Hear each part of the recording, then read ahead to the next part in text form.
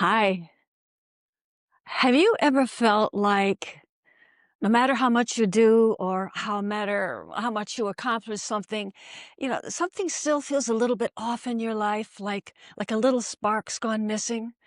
Well, you're not alone. I think we all feel that. We all have felt that little bit of emptiness that shows up even when everything seems okay and life looks really fine on the outside. So what we do is we kind of forget that little emptiness and we fill it with busyness and distractions because slowing down can feel uncomfortable because we're so used to fixing and doing that simply being feels a little strange at first. I used to do that. I did that too until I finally stopped and let myself feel what was going on inside. And when I did that, I felt that, wow, there's something deeper going on inside here, and deeper feelings began to appear. They were more peaceful, more comforting, more steady, and kind of full of love. And I knew they weren't reactions coming from my human self, so they must be loving nudges coming from my soul. So today I'm going to show you the 5 unmistakable signs your soul is already nudging and guiding you as well. I'm going to share just a taste of the essence of each of these 5 emotions and how they let you know that your soul is right here with you every step of the way. In other words, I'm going to help you feel what your soul feels like. So let's dive in. Number 1, well, we're going to start with the most obvious sign of all, which is, of course, love. So this may feel like a no-brainer, like, well, yeah, of course. But you'd be amazed how many people think that love comes from their human self. They think, I'm a loving person, so I must be creating that love. No, you're not. You may be a loving person, but you're a loving person because your soul is expressing its love through your human heart. Without exception, whenever you are feeling love of any kind for yourself, for another, for your life, you are not feeling your human self. You are feeling your soul. That deep swell of love that almost takes your breath away, that's heaven right there, moving through you. So the next time you feel love in any way, just pause and say to yourself, oh, there I am. This is the real me loving right now. This is what my soul feels like.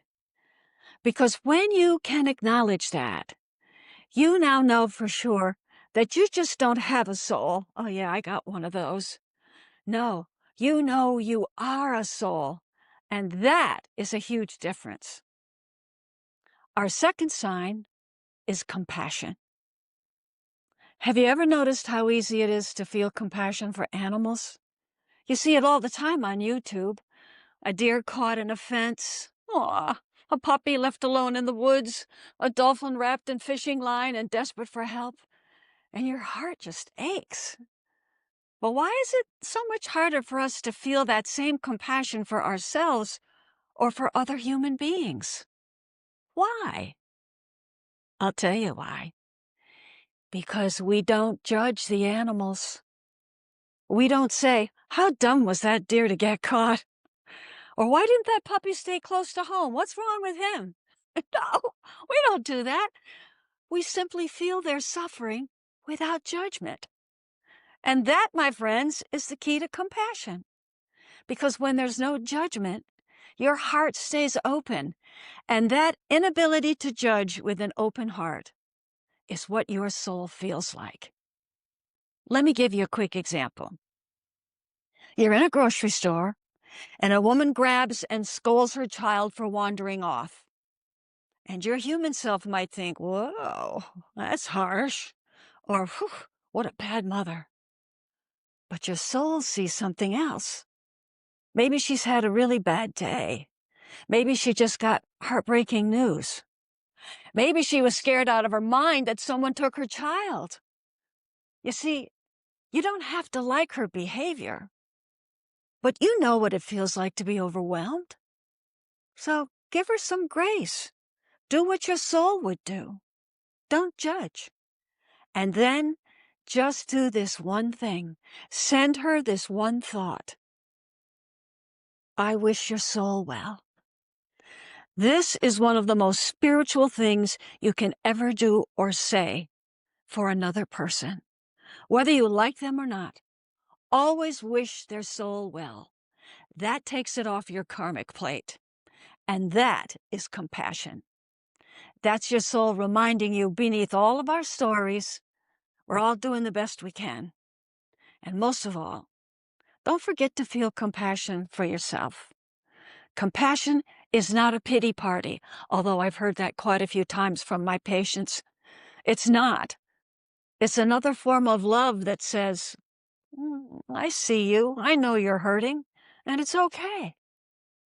So the next time you're tempted to judge yourself or anyone, pause, take a breath, and say, in this moment, I release all judgment, and I choose to feel the compassionate soul that I am.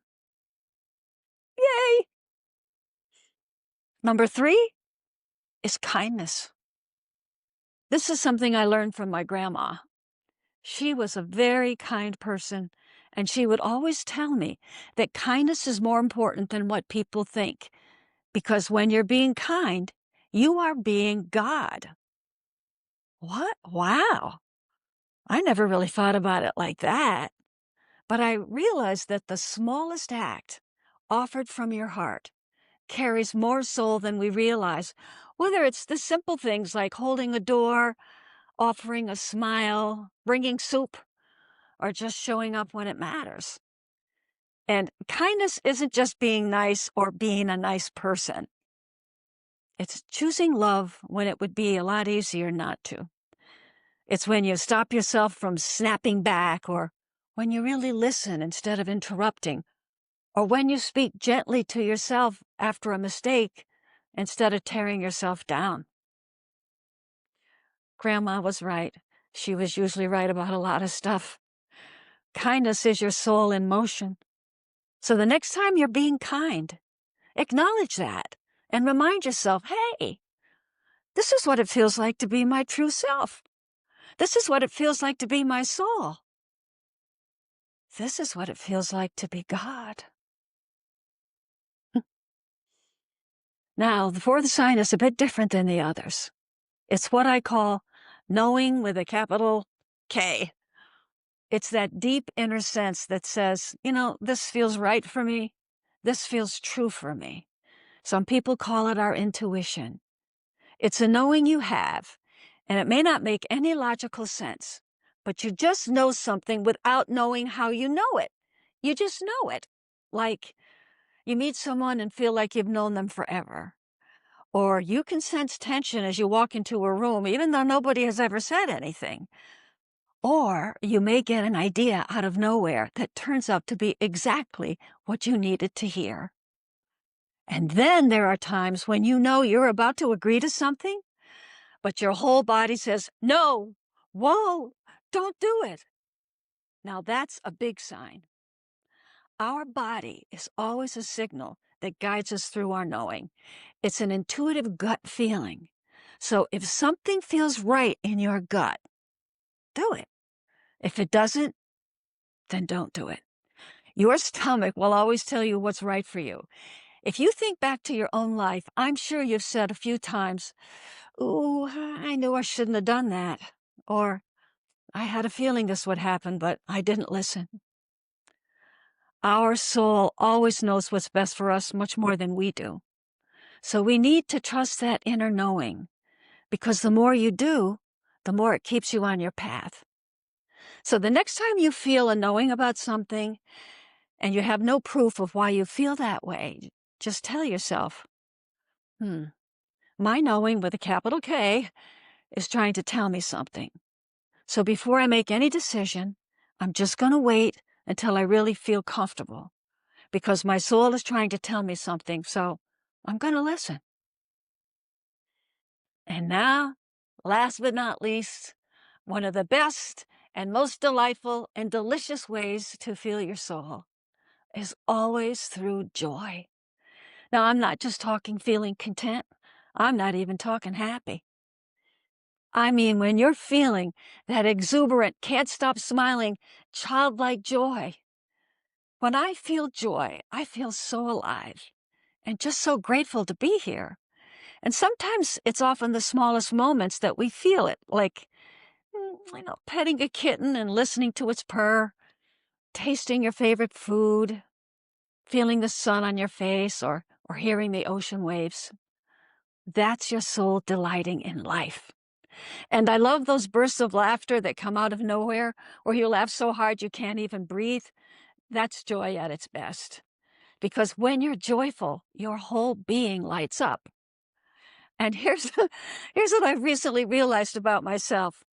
When I'm in this woohoo frame of mind, that feeling of complete joy, guess what? There's no fear. There's no worry. There's no stress, because you can't feel joy and fear at the same time. It's impossible, which means joy, woohoo, is your path to freedom. So every time you feel joy, your soul is reminding you, hey, I'm here. I'm you.